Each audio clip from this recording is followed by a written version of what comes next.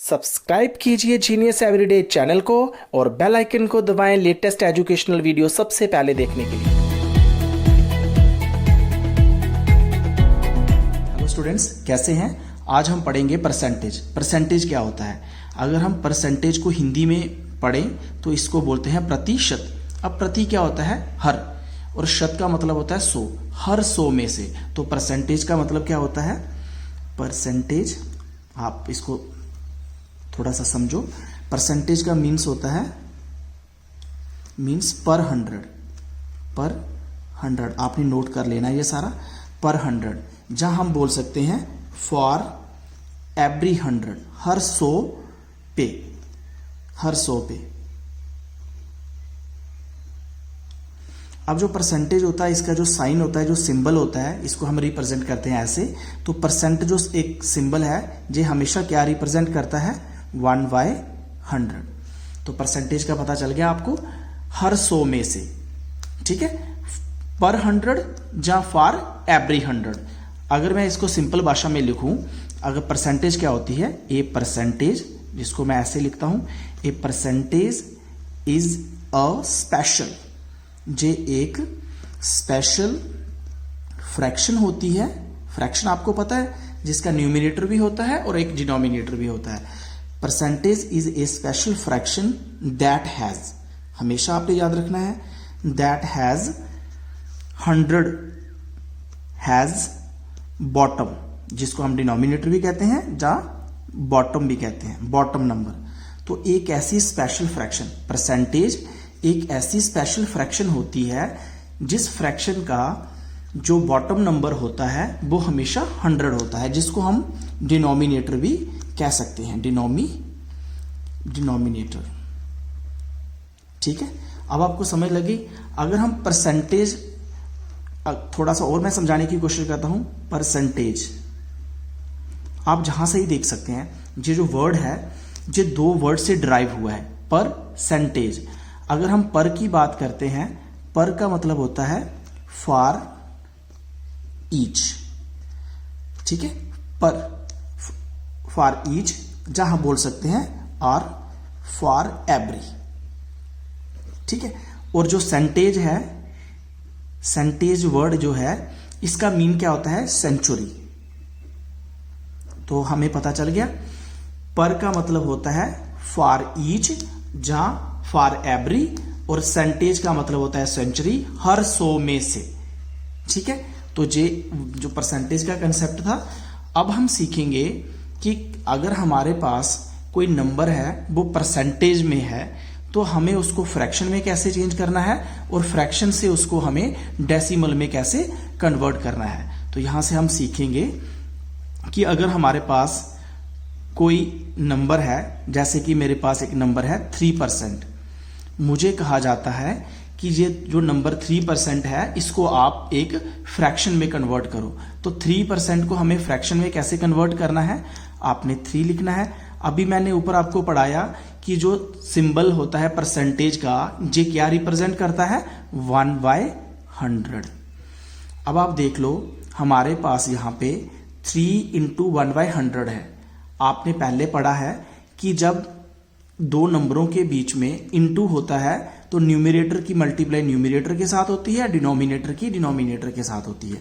अगर न्यूमिनेटर की multiply numerator के साथ करते हैं तो हमारे पास आ जाएगा 3 × 1 = 3, और नीचे आ जाएगा 100। तो यहां से क्या हुआ? हमें एक नंबर था जो परसेंट में था, हमने उसको एक फ्रैक्शन में कन्वर्ट कर दिया है। अब इसी फ्रैक्शन को हम डेसिमल में कैसे कन्वर्ट करेंगे, ये भी हम सीख चुके हैं। अब आप देखिए, अभी नीचे इसके क्या है? 100 है, लेकिन ऊपर हमारे न्यूमिनेटर में सिर्फ एक ही नंबर है। अब नीचे कितनी जीरो है? 2 जीरो है। तो ऊपर हमें क्या बनाना पड़ेगा? अगर ऊपर हमारे 2 डिजिट होते तो हमें उनको छोड़ के हम डेसिमल लगा सकते थे, लेकिन इस केस में हमें क्या करना है? नीचे 2 जीरो है, तो ऊपर हमें सबसे पहले 2 नंबर राइट साइड से, हमें क्या, ये नंबर 1 था, हमने 0 इसके साथ एक्स्ट्रा लगाई, क्योंकि नीचे 2 जीरो है, तो ऊपर हमें 2 डिजिट बनाने हैं। इनको छोड़ के हम जहां पे 0 लगा देंगे। तो इस तरह से हमने एक परसेंटेज वाले नंबर को फ्रैक्शन में कन्वर्ट कर दिया। ये फ्रैक्शन हो गया और जे डेसिमल पार्ट भी हो गया। इसी तरह अगर हम कोई और नंबर लेते हैं, जैसे ये 10% है, तो 10% का मीनिंग क्या होगा? 10 मैं सीधे कर देता हूं अपॉन 100, ठीक है, 10 अपॉन 100। अब इसको अगर हमें डेसिमल में लेके जाना है, आप ऊपर ऐसे भी लिख सकते हो। अब नीचे कितनी जीरो है?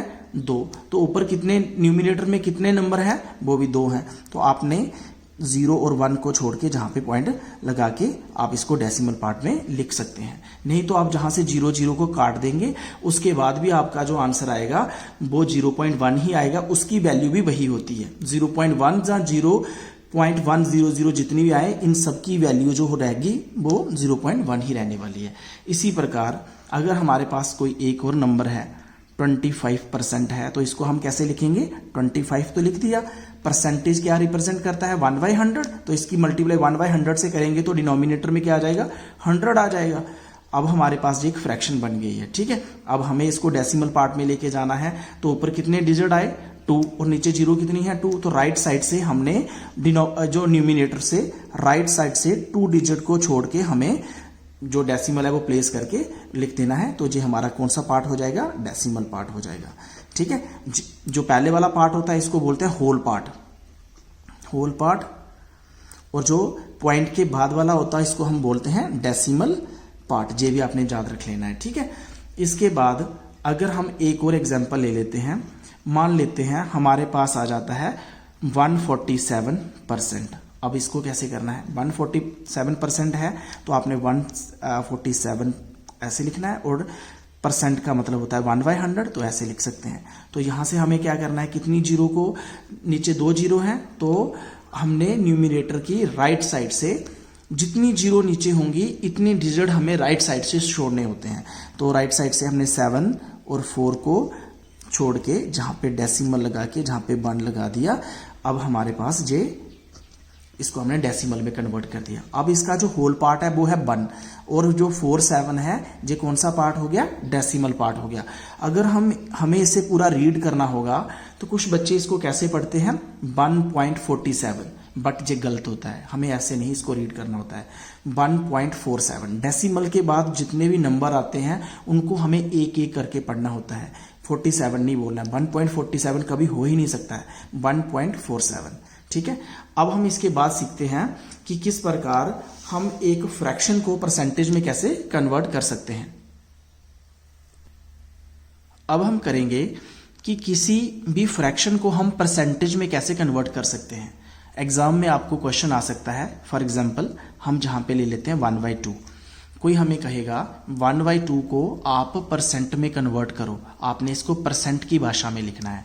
तो आपने इसके लिए क्या करना है?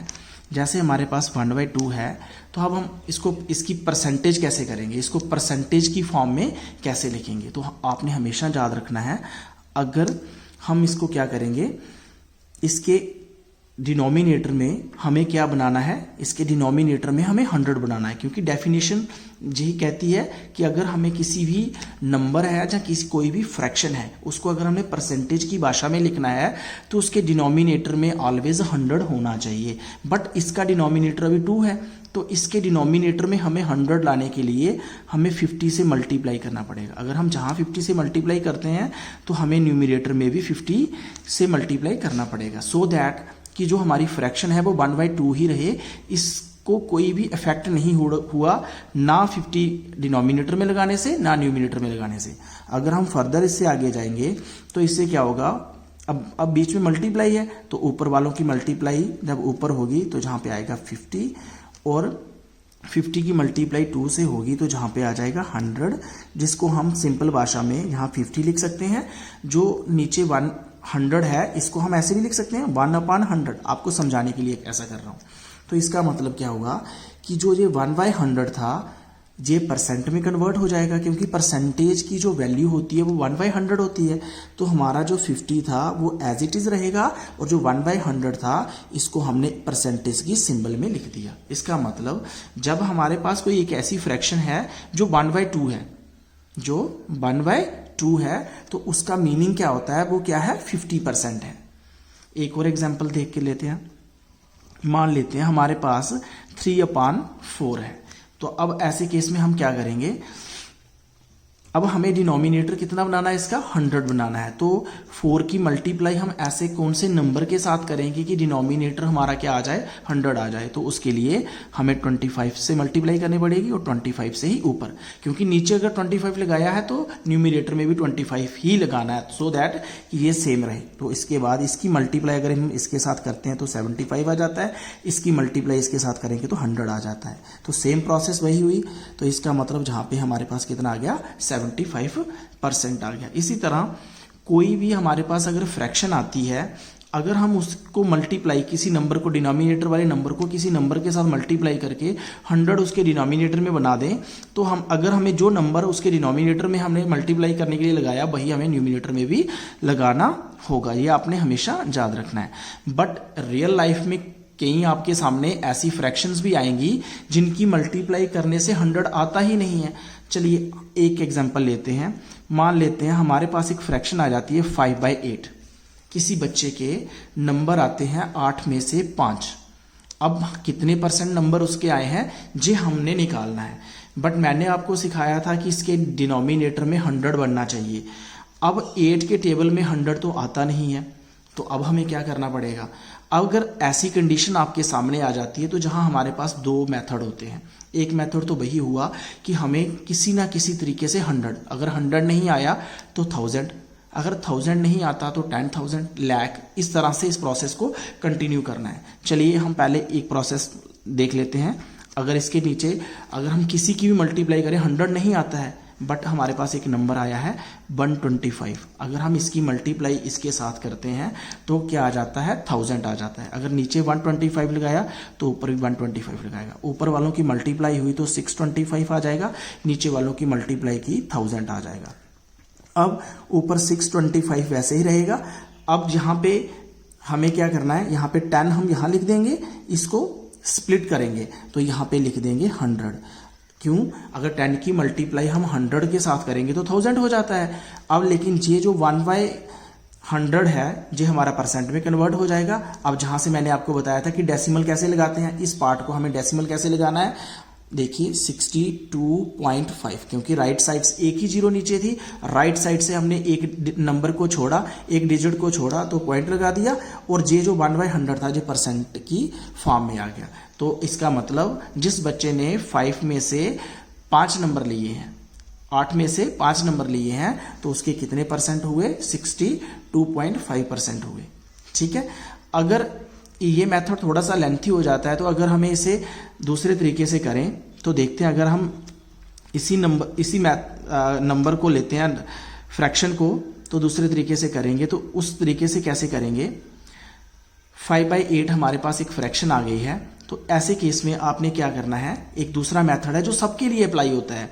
हमें क्या करना होता है, परसेंटेज निकालनी है तो हमें इनटू 100 से कर देना है और ब्रैकेट के बाद परसेंटेज लगा देनी है। अब ब्रैकेट के बाद जो परसेंटेज लगाई इसका मीन क्या है 1/100, और अंदर 100 क्यों लगाया, क्योंकि 1/100 डिनोमिनेटर में 100 आ गया है। अब डिनोमिनेटर क्योंकि परसेंटेज लगा दी, परसेंटेज जो सिंबल है जो अपने आप को शो कर रहा है कि ये 1/100 है। नहीं तो मैं आपको यहाँ पे समझाता हूँ। जहाँ पे 5/8 हमारे पास एक फ्रैक्शन थी, जहाँ पे इनटू मैं बाद में करूंगा, लेकिन बाहर हमने लिख लिया 1/100, क्योंकि इसको हमने कन्वर्ट करके परसेंट बनाना है। अब अगर हमने किसी नंबर के डिनोमिनेटर में 100 लगा दिया तो हमें न्यूमिनेटर में भी 100 लगाना है। अब इस पार्ट को आपने बिल्कुल नहीं छेड़ना है, क्योंकि ये कन्वर्ट हो जाएगा परसेंट में।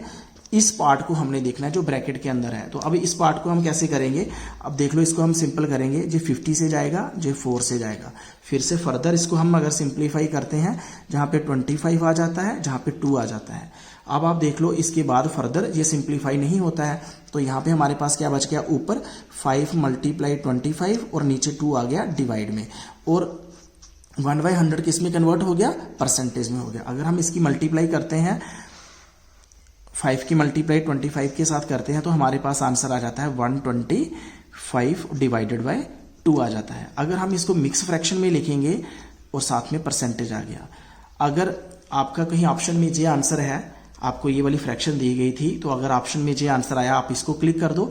अगर इसी को उन्होंने मिक्स फ्रैक्शन में लिखा होगा तो 2 तो नीचे रहेगा। अब हम किस नंबर की मल्टीप्लाई इसके साथ करेंगे, अगर 60 की करते हैं तो 120 आ जाता है, तो हमें 62 की करनी पड़ेगी। अगर हम 2 की मल्टीप्लाई 62 नंबर के साथ करते हैं तो हमारे पास 124 आ जाता है, उसमें 1 को ऐड करेंगे तो 125 आ जाता है। तो ये मिक्स, ये भी आंसर है इसका। अगर ये आंसर होगा ऑप्शन में तो आप इसको भी क्लिक कर सकते हैं, ये आंसर होगा तो इसको भी क्लिक कर सकते हैं। अगर हमें इसको डेसिमल में लिखना है तो आप, मैं यहाँ पे समझाता हूँ, आप इसी को ले लो। नहीं तो हमारे पास ये देखो यहाँ पे 62 है, मैं डायरेक्ट आंसर लिख रहा हूँ, 62 आ गया।